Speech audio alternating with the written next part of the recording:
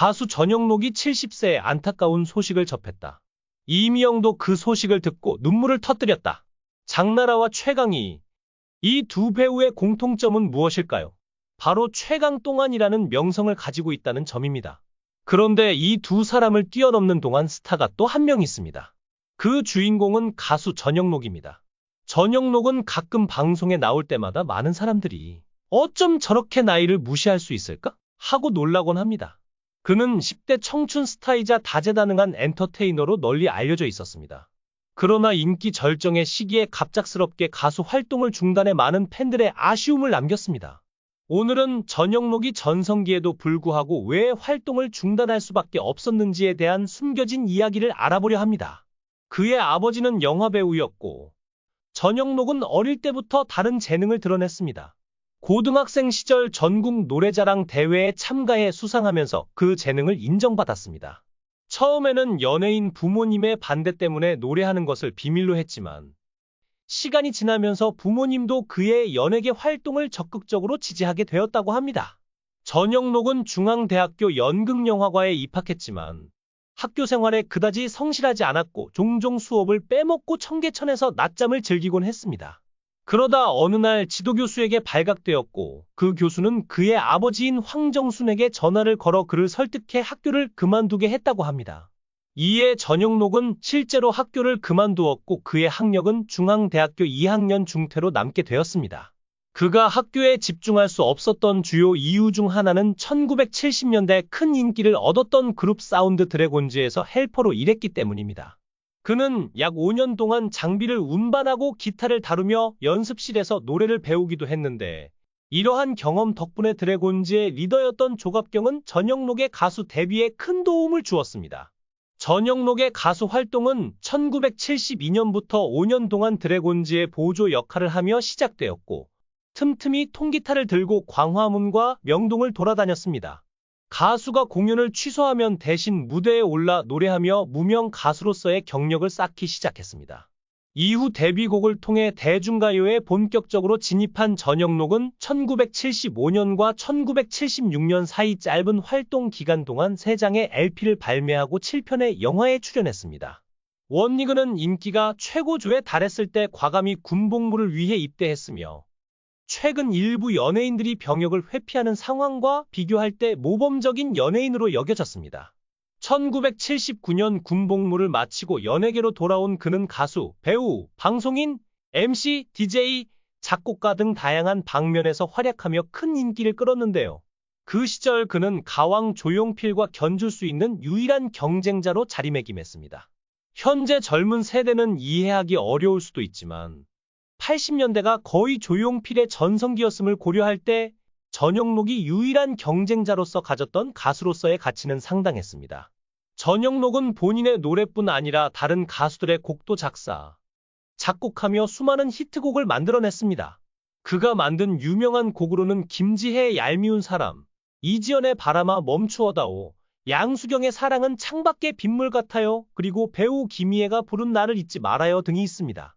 전영록은 1990년대에 들어서면서 가요계에 큰 변화를 겪었습니다. 서태지와 아이들과 같은 새로운 스타일의 음악이 인기를 끌면서 그는 가수로서 이전만큼의 인기를 유지하지 못했죠. 또한 작사와 작곡 분야에서도 눈에 띄는 성과를 얻지 못했는데요. 당시 가요계에는 랩 음악이 대세였고 전영록은 이러한 변화 속에서 음악에 대한 흥미를 잃었다고 하며 무대에서 물러나게 되었습니다. 영화에 대한 남다른 애정을 가진 전영록은 한때 3만 개가 넘는 영화 비디오 테이프를 수집하기도 했습니다. 1990년대 중반 비디오 대여점을 운영하기 시작했지만 당시에는 이미 인터넷이 보편화된 시기였습니다. 결국 이 사업은 실패로 돌아가 막대한 빚을 안게 되었고 그는 한동안 외부와 단절된 채 경제적으로 큰 어려움을 겪었습니다. 2000년대에 들어서면서 전영록은 라디오 진행자로 활발히 활동하기 시작했고 꾸준히 방송 출연과 콘서트, 뮤지컬을 통해 모든 빚을 갚았다고 전해집니다. 1985년 최고의 인기를 얻고 있던 가수 전영록은 탤런트 이미영과 결혼하게 되었습니다.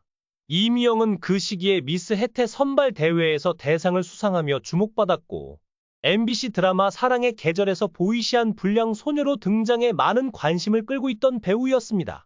이 유명한 스타 커플의 첫 만남은 코미디언 이창훈 덕분이었는데요.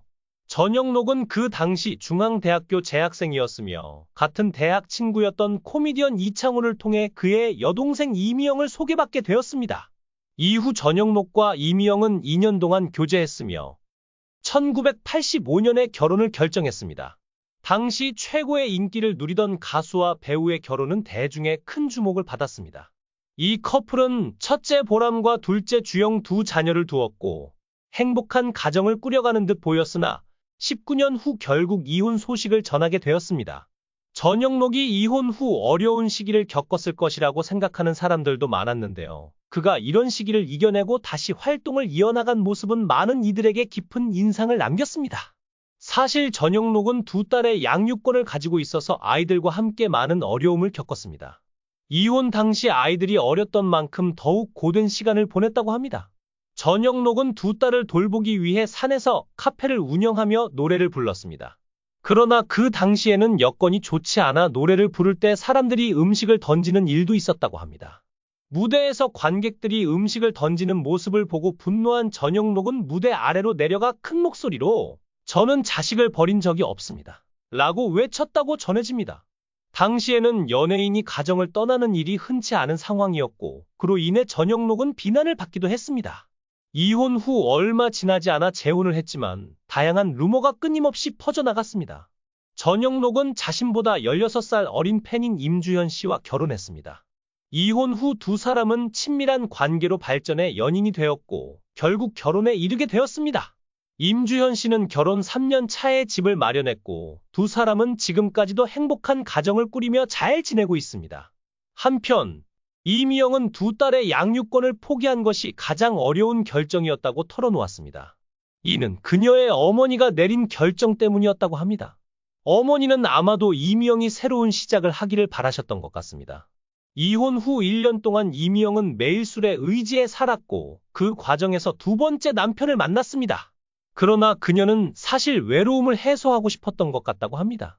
결국 이미영의 재혼은 이혼으로 끝났는데 이는 그녀가 두 딸을 지키고자 했기 때문이라고 전해집니다. 엄마의 품으로 돌아온 지 19년 만에 딸들을 보호하기 위해 이혼을 결심했고 딸들과 함께 새로운 삶을 시작하려 했다고 합니다. 그래서일까요? 이미영은 상당히 활발히 활동하며 다양한 작품에서 꾸준히 활동을 이어가고 있습니다. TV 프로그램에 출연한 이미영은 전영록에 대해 "그는 언제나 저에게 친절했으며 제 이야기를 진심으로 귀 기울여 들으려고 노력했어요. 전영록은 저에게 정말 재미있고 완벽한 사람이었어요. 우리가 이혼한 지 벌써 36년이나 지났는데 서로를 용서하지 않고 미워하는 것이 무슨 의미가 있겠어요. 라고 밝혔습니다. 전영록과 이미영의 이혼 이유에 대해서는 구체적인 언급 없이 사랑이었기 때문이라고 설명했습니다. 또한 나이가 들면서 모든 것을 용서하게 되는 것 같다는 생각도 덧붙였습니다. 전영록은 어느 날 오랜 친구인 홍과 병원에 갔다가 용종이 발견되었고 크기가 꽤 커서 의사가 발전할 가능성이 있다고 했다고 합니다. 옆에 있던 친구가 "그거 검증된 거야? 라고 묻자 전영록은 그 말을 듣고 검진을 받기로 결심했다고 합니다. 그러나 이후 제작진이 그 부분을 잘라냈고 그로 인해 전영록이 대장암 환자라는 소문이 퍼졌습니다. 이로 인해 "저 사람 노래해야 하는데 일이 없어 손가락이나 빨고 있다" 는 헛소문까지 퍼졌습니다. 결국 그의 투병에 대한 소문은 사실이 아닌 것으로 드러났습니다. 전영록은 이러한 오해로 인해 암 투병 환자로 잘못 알려지면서 가수 활동에 제약을 받았다고 밝혔습니다. 이번 영상은 여기까지입니다. 시청해 주셔서 감사합니다. 많은 의견 남겨주시면 감사하겠습니다. 그럼 다음 시간에 또 만나요.